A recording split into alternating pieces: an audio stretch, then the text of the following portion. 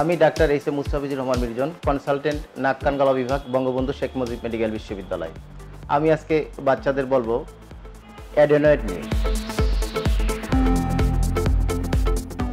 Adenoid হচ্ছে একটা জিনিস যেটা নাক এবং গলার পিছনে ছোট একটা উঁচু মাংসপিণ্ডের মতো হয়। মায়েরা এসে আমাদের কমপ্লেইন করে যে আমার বাচ্চা খেতে চায় না, হাঁ করে ঘুমায়, রাত্রিবেলা লোল পড়ে বা সব সময় হাঁ করে থাকে, ঘুমাইতে গেলে নাক বন্ধ থাকে, জিভটা বের হয়ে যায়। সেক্ষেত্রে অনেকে বুঝতে পারে না, সাধারণত শিশু ডাক্তারের কাছে মারা যায়, ওরা বারবার চিকিৎসা করে, চিকিৎসার পর ভালো হয় না, ঘুরতে ঘুরতে আমাদের কাছে আসে, এসে বলে অনেক ক্ষেত্রে যে আমার বাচ্চা তো হাঁ করে ঘুমায়, খেতে চায় না, কানে শোনে না। অ্যাডেনয়েড এমন একটা জিনিস যেটা হলে আমরা সাধারণত বাচ্চাদের বলি মাঝে মধ্যে জ্বর হয়, পেটে ব্যথা হয়, হাঁ করে ঘুমায়, দাঁত, সামনের দাঁত যে দুটো দাঁত দুটো আছে, ফ্রন্টাল যে দাঁত দুটো আছে, দাঁত দুটো উঁচু হয়ে যায়। এবং অনেক ক্ষেত্রে অ্যাডেনয়েডের কারণে আমাদের একটা স্টিশিয়ান টিউব আছে কানের সাথে সম্পৃক্ততা, যেটার কারণে এখানে যখন যেতে পারেন তখন সেক্রেশন গিয়ে এই টিউবটা বন্ধ হয়ে যায়, আলটিমেটলি বাচ্চা কানেও কম শোনে। সেক্ষেত্রে আমরা বাচ্চাদের অনেক ক্ষেত্রে ট্রিটমেন্ট দিই। ট্রিটমেন্টের ক্ষেত্রে যদি ভালো না হয় সেক্ষেত্রে একটা এক্স রে করি, এক্স রে নাসোফ্রিংস ল্যাটারাল ভিউ।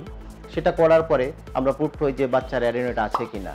যদি থাকে সেটা গ্রেডিং আছে, গ্রেড 1, 2, 3, 4, সেটা এক্স রে ছাড়া বোঝা যায় না। ক্লিনিক্যালি কিছু আমরা সাসপেক্টেড হলে বলি যে এটা খুব সম্ভবত আপনার বাচ্চার নাকের পিছনে একটা ছোট মাংসপিণ্ডের মতো আছে। এবং এক্ষেত্রে অ্যাডেনয়েডের সাথে হিউজলি এনলার্জ টনসিল থাকে, মানে টনসিল তো নাম শুনেছি, যেটা বড় বড় দুইটা জিহ্বার পাশে দুটা বড় বড় গোটা হয়ে থাকে, এবং দুইটা বড় এনলার্জ টনসিল এবং অ্যাডেনয়েডের কারণে বাচ্চা হাঁ করে ঘুমায়, নাক বন্ধ থাকে, সে প্রপারলি শ্বাস নিতে পারে না, যে কারণে তার গ্রোথে অনেক সময় রিটার্ডেশন হয়, মানে তার যে বৃদ্ধি সে বৃদ্ধিটা হয় না, বাচ্চা খেতে পারে না, হাঁ করে ঘুমায় এবং কানে কম শোনে। সেক্ষেত্রে এক্স রে পরে যদি এরকম কোনো প্রবলেম হয়, বেশি হয়, সেক্ষেত্রে আমরা নাক কান গলা বিশেষজ্ঞের কাছে আসতে বলি।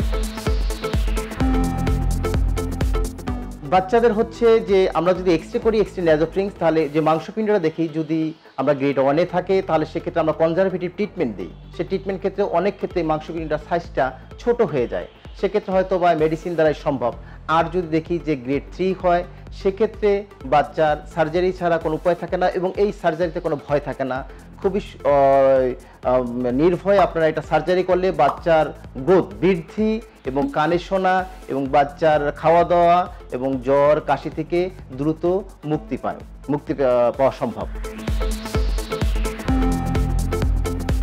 আমি বাবা মায়েদের উদ্দেশ্যে বলবো, যদি দেখেন আপনাদের বাচ্চা 2 থেকে 9 বছরের মধ্যে আপনার বাচ্চা হাঁ করে ঘুমায়, শ্বাস নিতে কষ্ট হয়, মুখ দিয়ে লালা বের হয়, কানে কম শোনে, খেতে চায় না, পেটে ব্যথা হয়, খুব মাঝে মধ্যেই জ্বর হয়, কাশি হয়, তাহলে অবশ্যই আপনারা নাক কান গলা বিশেষজ্ঞর শরণাপন্ন হবেন এবং প্রপারলি পরিপূর্ণভাবে চিকিৎসা নেবেন, তাহলে এই সমস্যার সমাধান হবে।